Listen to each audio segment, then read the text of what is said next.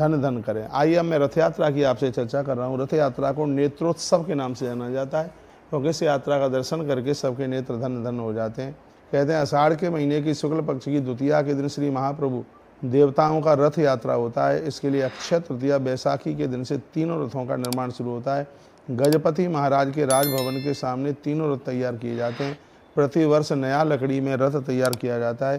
केवल पार्श्व देवता, सारथी, घोड़ा आदि प्रति नव कलेवर वर्ष तैयार होता है। श्री बलभद्र जी के रथ का नाम तालध्वज है। लिखा है बलभद्र जी के रथ का नाम है तालध्वज। इसमें बलभद्र और रामकृष्ण बैठते हैं। देवी सुभद्रा मैया के रथ का नाम है देवदलन। हाँ जी, इसमें सुभद्रा मैया और सुदर्शन चक्र। जगन्नाथ भगवान के रथ का नाम है नंदी घोष। बहुत ध्यान से सुन लीजिएगा, भगवान जगन्नाथ के रथ का नाम है नंदी घोष। इसमें जगन्नाथ प्रभु बैठते हैं। तालध्वज रथ में 14 पहिया होते हैं। ग्रंथ में वर्णन किया गया, अरे जिसका वर्णन स्कंद पुराण में किया गया है, तो ये बातें तो बड़ी अनादिकाल की हैं, नई नहीं है, बहुत पुराने समय से। तालध्वज रथ में 14 पहिया होते हैं, और यानी बलराम जी के रथ में होते हैं 14 पहिया। देवदलन 12 पहिया, यानी मैया जी के में रथ में, सुभद्रा मैया के रथ में होते हैं 12 पहिया। और नंदी घोष जो जगन्नाथ भगवान का रथ है, इसमें 16 पहिया होते हैं। 16 पहिया होते हैं। इन तीनों रथों की ऊंचाई में यही क्रम है। आचार्य जी माइक दो। बोलो बांके बिहारी लाल की जय हो, बोलिए जगन्नाथ भगवान की जय हो। ये सुंदर सी छवि आप देख रहे हैं, ये जगन्नाथ प्रभु के तीनों रथों की ये छवि आप देख रहे हैं। एक बड़ी अद्भुत बात स्कंद पुराण में कही गई है। कहा गया है कि भगवान के जो ये 3 रथ हैं, एक रथ है बलराम जी का, बलभद्र जी का, दूसरा है सुभद्रा जी का, और तीसरा रथ है वो जगन्नाथ प्रभु का। इन तीनों रथों के नामों का भी वर्णन किया गया है। कहा गया है कि बलराम जी का जो रथ है उसका नाम है तालध्वज, सुभद्रा मैया का जो रथ है उसका नाम है देवदलन। देवदलन, हाँ। और भगवान जगन्नाथ का जो रथ है उसका नाम है नंदी घोष। नंदी घोष। अब इसमें बताया गया है कि जो बलराम जी का जो रथ है उसमें 14 पहिए, और सुभद्रा जी का जो रथ है, सुभद्रा जी का, उसमें 12 पहिए, और नंदी घोष जो जगन्नाथ भगवान का रथ है उसमें 16 पहियों का विवरण इस ग्रंथ में किया गया है। ये ग्रंथ रखा हुआ है, बड़ा अद्भुत है।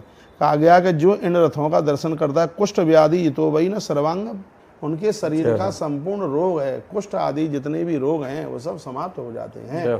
रथ यात्रा की इतनी बड़ी महिमा अपने आप में। फिर कहा गया इन तीनों रथों की ऊंचाई का भी वर्णन है।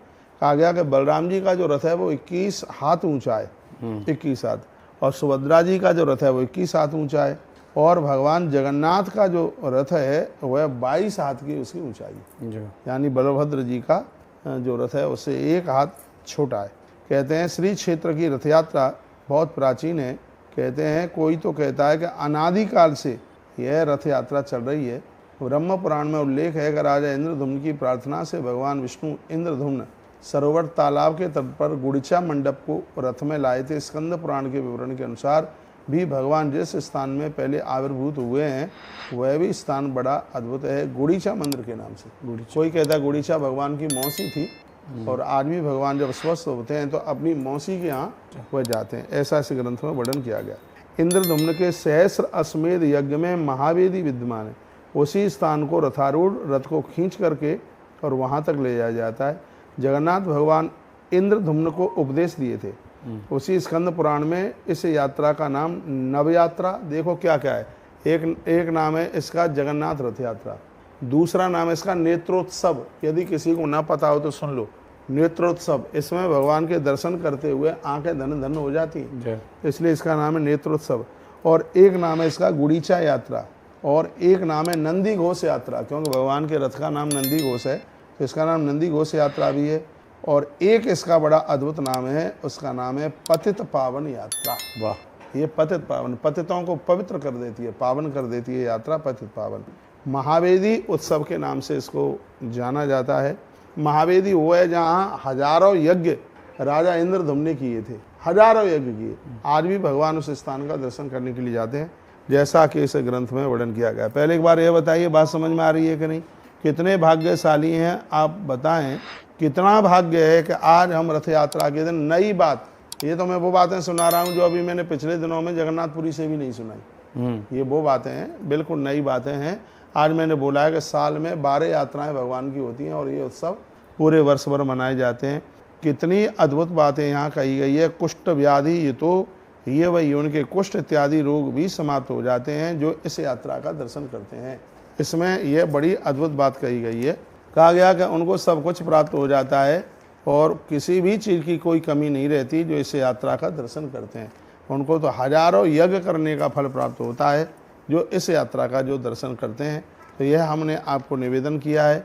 और आइए, धर्मशास्त्रों के अनुसार स्नान दर्शनम पुण्यम समग्रम लभते तुषा, ये तो हर देवता को नहलाते समय बोला है कि जिस समय कोई स्नान भगवान को करा रहा हो, वर्णन है कि कोई भगवान को स्नान करा रहा हो, यदि कोई व्यक्ति भगवान को स्नान करते देख ले, स्नान दर्शन को देख ले, तो ये समझ लो कि धरती के जितने भी पुण्य हैं उन्होंने संपूर्ण पुण्यों को प्राप्त कर लिया। जय हो। किसी भी देवता को जब स्नान होता है और हम उसे स्नान का दर्शन कर लें, तो इस स्कंद पुराण में लिखा है कि धरती के जितने पुण्य हैं उन्होंने संपूर्ण पुण्यों को प्राप्त कर लिया। इतनी बड़ी महिमा, इतना बड़ा ये महात्म